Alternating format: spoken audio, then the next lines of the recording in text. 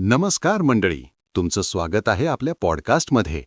औषधांपेक्षा महाग हसू, महाराष्ट्राचं आरोग्य आणि वास्तव. मी आहे यश आणि आज माझ्यासोबत आहे मिस किरण. किरण, आरोग्याबद्दल तुमचं काय मत आहे? धन्यवाद यश. मित्रांनो, आजचा विषय गंभीर वाटू शकतो, पण हसू नसेल तर टेन्शन तुम्ही वाढवाल. हसणं फ्री आहे, पण औषधाची फी नक्की लागते. म्हणून सुरुवात मजेशीर असली पाहिजे. म्हणजे चला पाहूया महाराष्ट्रातील आरोग्य व्यवस्था. सरकारी दवाखान्यात गेलात की आधी लाईन, मग फॉर्म, मग सही आणि शेवटी डॉक्टर म्हणतो उद्या या. म्हणजे आधीच ताप, त्यात पुन्हा काप.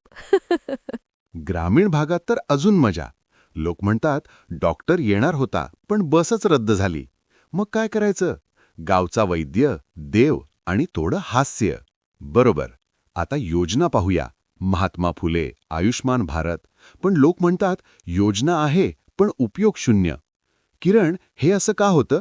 कारण अंमलबजावणीत अडचणी आहेत. कागदपत्र इतकी मागतात की पेशंट म्हणतो माझा आजार बरा होईल, पण फाईल नाही. आणि औषधांचा खर्च पाहून तर लोक म्हणतात डॉक्टर आजार परत द्या. जनऔषधी केंद्र आहेत, पण लोक म्हणतात स्वस्त म्हणजे नकली. पण लक्षात ठेवा, महाग तेच सोनं हा गैरसमज आहे. मानसिक आरोग्यही महत्वाचं आहे. लोक म्हणतात मी स्ट्रॉंग आहे, पण आतून पूर्ण ढासळलेले असतात.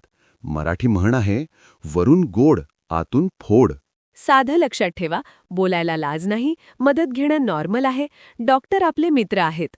मित्रांनो, आरोग्य हा राजकारणाचा विषय नाही, हा तुमच्या घरातला विषय आहे.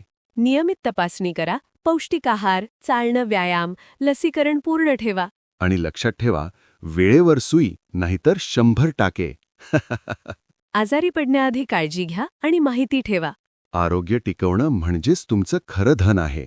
मित्रांनो, हा व्हिडिओ आवडला तर लाईक करा, शेअर करा आणि सबस्क्राईब करायला विसरू नका. मी आहे यश आणि माझ्यासोबत होती मिस किरण. पुन्हा भेटूया. जय महाराष्ट्र.